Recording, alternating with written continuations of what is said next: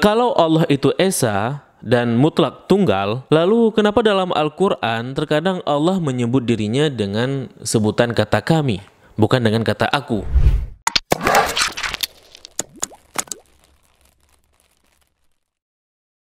Assalamualaikum warahmatullahi wabarakatuh. Selamat datang kembali di channel Rabbanians ID bersama saya Zulfan Afdillah. Episode kali ini merupakan episode yang teman-teman tunggu selama ini, karena video kali ini kita akan membahas mengenai episode menjawab tuduhan non-muslim. Nah, banyak teman-teman yang request kepada saya untuk meminta menjelaskan mengenai ungkapan kata kami yang digunakan dalam Al-Quran untuk merujuk pribadi Allah. Maksudnya, kalau Allah itu Esa dan mutlak tunggal, lalu kenapa dalam Al-Quran terkadang Allah menyebut dirinya dengan sebutan kata kami, bukan dengan kata aku? Perlu dipahami teman-teman bahwa Al-Quran itu merupakan kitab suci yang ditulis menggunakan bahasa Arab.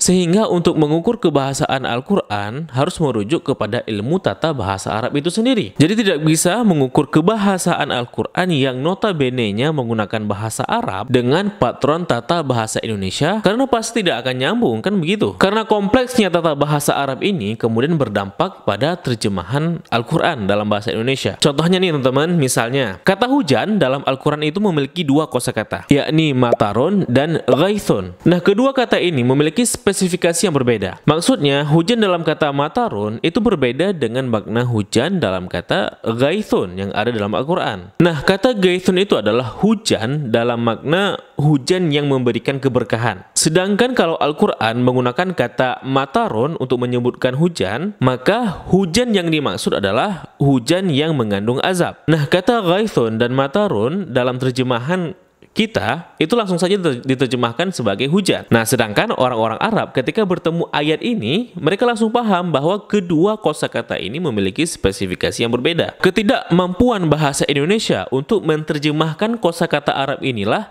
yang menyebabkan dalam terjemahan ayat Al-Quran mengandung kata tambahan dalam tanda kurung. Ada yang mengatakan bahwa tanda-tanda kurung dalam terjemahan Al-Quran itu merupakan bentuk penambahan dalam Al-Quran. Padahal kata-kata dalam kurung itu berfungsi sebagai penjelas dari makna lanjutan agar kita yang membacanya tidak salah dalam memahami ayat terkait. Ini pula yang menyebabkan kenapa Al-Quran itu harus selalu dalam bahasa Arab. Itu karena terjemahan tidak mampu mengalih bahasakan Al-Quran secara sempurna karena keterbatasan padanan kosakata bahasa yang kita punya.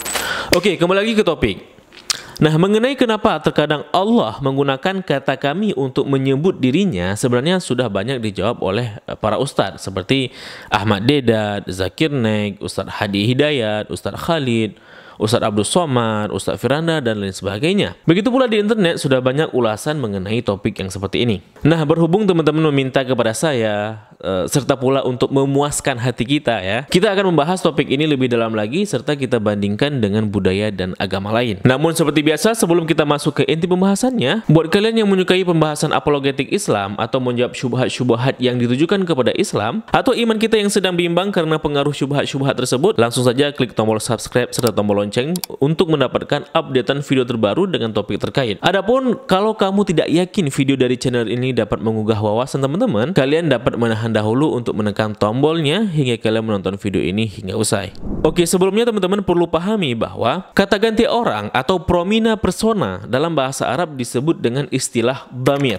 Oke, nah kata ganti orang itu dibagi kepada dua. Yang pertama, kata ganti orang tunggal. Itu contohnya seperti aku, kamu, dan dia yang merujuk kepada satu orang. Oke, yang kedua ada pula kata ganti orang jamak seperti kata kami, mereka, dan kalian yang merujuk kepada orang yang banyak. Dengan begitu kita memahami ketika menyebut kata kami, maka yang dimaksud bukanlah seorang saja, melainkan ada banyak orang. Nah, tapi bukankah Allah itu Esa? Lantas, kenapa dalam banyak bagian ayat Al-Quran, Allah menyebut dirinya dengan sebutan kami? Jadi teman-teman, ada banyak ayat yang menyebut pribadi Allah sebagai kata kami dengan berbagai bentuk. Seolah-olah Allah itu banyak. Seperti bunyi ayat, Inna a'tayna kal kausar, atau Nahnu khalaqnahum, atau birahmatim minna. Dan ada banyak ayat-ayat yang demikian yang tentu tidak mungkin kita uraikan di sini. Nah, para ulama menjelaskan bahwa penggunaan kata kami untuk merujuk pribadi Allah ini disebut dengan istilah jama' li ta'zim, atau secara umum dikenal juga dengan istilah plural majesty, yakni berfungsi untuk menegaskan keagungan dan kemahakuasaan Tuhan. Nah, hal ini dijelaskan oleh Imam Al-Qurtubi dalam kitab tafsirnya ketika menafsirkan surah Al-Baqarah ayat 34 yang berbunyi wa idh qulna lil malaikati isjudu li Adam, yang mana artinya dan ketika kami memerintahkan para malaikat agar bersujud kepada Adam. Nah, Imam Al-Qurtubi menjelaskan kata wa idh qulna yang artinya kami katakan di sini tidak menggunakan kata aku katakan, melainkan digunakan kata kami karena Allah membahasakan dirinya dengan kata plural atau jamak sebagai bentuk pengagungan dan penyanjungan diri. Nah, hal yang serupa juga dijelaskan oleh Syekh Wahbah Az-Zuhaili dalam kitab tafsirnya Al-Munir ketika menafsirkan ayat ini juga, bahwa beliau mengatakan bahwa ini merupakan bentuk pengagungan atau li ta'zim. Selain itu, Syekh Ibnu Taimiyah dalam kitabnya Risalah Tadmuriyah juga menjelaskan seperti itu ketika menjelaskan Al-Quran surah Al-Fath ayat 1 yang berbunyi inna fatahna laka fatham mubina, yang mana artinya sesungguhnya kami, yakni Allah, telah membuka atau memberikan kemenangan. Beliau menegaskan bahwa style kebahasaan di mana penggunaan kata kami untuk merujuk esensi yang satu, yakni Allah, merupakan bentuk pengagungan atau plural of majesty atau jamak li ta'zim kepada Allah. Sehingga dari sini kita pahami bahwa bentuk kata ganti plural dalam kasus seperti ini merujuk kepada sosok yang tunggal atau singular dengan maksud untuk menampakkan keagungan atau kebesaran yang dimiliki oleh sosok tersebut. Dalam hal ini Allah, ya. Nah, mungkin ada beranggapan bahwa apa yang saya jelaskan ini merupakan bentuk penjelasan apologetis semata. Maksudnya mungkin ada yang menganggap ini hanya penjelasan pembenaran saja dalam Islam untuk menyelamatkan doktrin Islam. Oke, mungkin ada yang beranggapan seperti itu. Oke, perlu kalian ketahui bahwa konsep seperti ini tidak hanya ada dalam tata bahasa Arab khususnya Al-Quran, melainkan juga ada dalam bahasa dan budaya lain yang umum dikenal dengan sebutan nosisme. Merujuk laman The Online Dictionary of Language Terminology menjelaskan bahwa nosisme merupakan bentuk penyebutan diri sendiri dengan kata kami. Nah, hal yang sama juga disebutkan dalam kamus Oxford bahwa nosisme merupakan istilah merujuk sebutan pribadi atau sebutan saya dengan penggunaan kata kami. Dan teman-teman, di barat konsep ini dikenal dengan sebutan royal we atau pluralis majestatis. Hal ini dijelaskan dan dapat teman-teman baca lebih lanjut dalam buku Personal Pronouns in Present Day English tulisan Kathy Walsh. Dijelaskan royal we di mana kata kami yang merujuk kepada sebutan saya ini biasanya digunakan oleh orang yang memiliki jabatan tinggi seperti raja atau jenis penguasa lain. Contohnya seperti dalam manifesto yang mengkonfirmasi pengunduran diri Konstantin Pavlovich, di mana Kaisar Alexander I memulai suratnya dengan tulisan, dengan rahmat Tuhan, kami Alexander I, Kaisar dan autokrat semua Rusia. Nah, di sini kata kami digunakan untuk menggantikan kata saya merujuk kepada Alexander I seorang. Dalam kasus lain, para paus Katolik dalam sejarahnya sering menggunakan kata kami untuk menyebut pribadi individualnya dalam tiap kesempatan pidatonya. Misalnya, seperti yang digunakan dalam Notre Church Apostolic dan Mit Brennan der Sword dan Non Abbiamo Bisogno.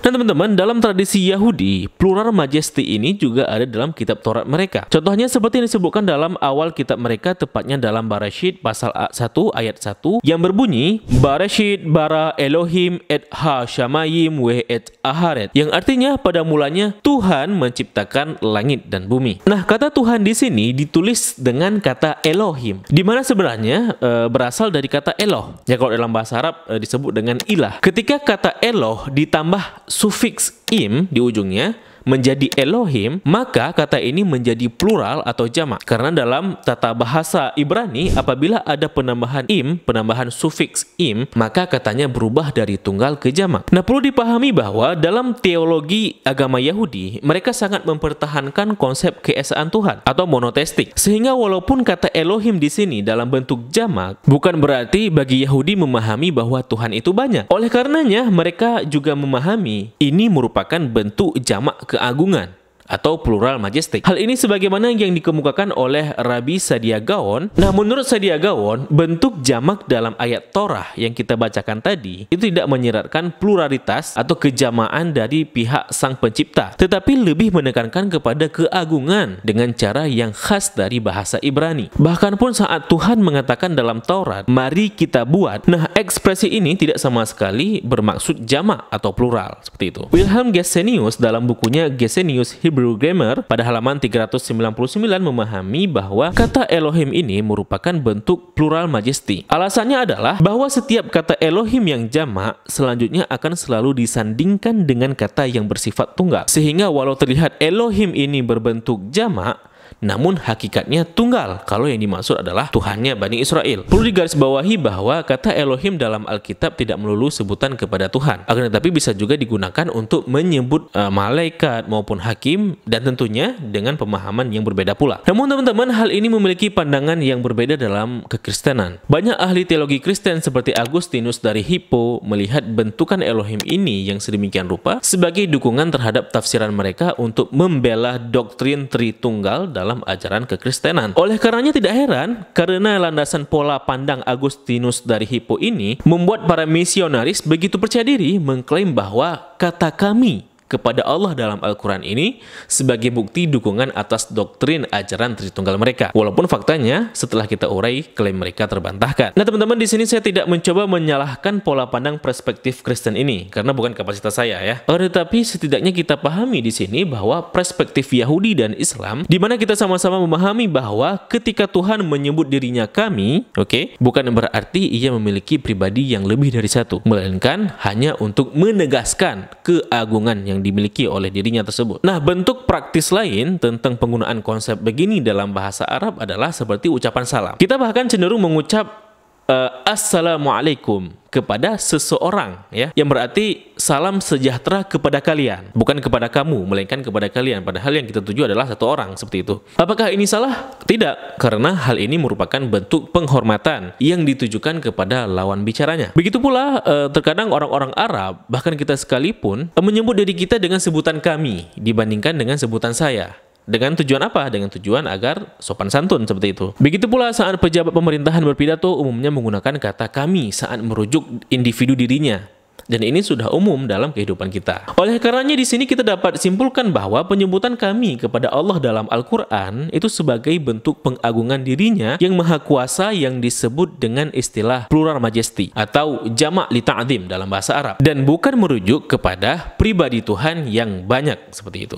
Oke teman-teman, mungkin ini saja untuk episode kali ini. Coba kalian simpulkan kira-kira apa yang telah kalian pahami mengenai pembahasan topik kita kali ini di kolom komentar. Insya Allah nanti komentaran teman-teman akan saya koreksi apabila ada yang salah ya. Nah, apakah kalian menyukai video ini? Langsung saja klik tombol subscribe dan tombol loncengnya untuk mendapatkan updatean video terbaru mengenai topik ini di channel Rabbanians ID. Dan kalau video ini sedikit banyak membuka wawasan teman-teman, maka wajib hukumnya untuk share video ini agar banyak yang terselamatkan dari syubhat-syubhat yang mencoba mendangkalkan akidah kita. Akhirnya sampai pula kita di ujung video. Saya izin pamit, terima kasih telah menyaksikan. Mohon maaf apabila ada kesilapan dan kesalahan. Sampai jumpa di episode berikutnya. Billahi taufiq wal hidayah. Wassalamualaikum warahmatullahi wabarakatuh. Salam damai.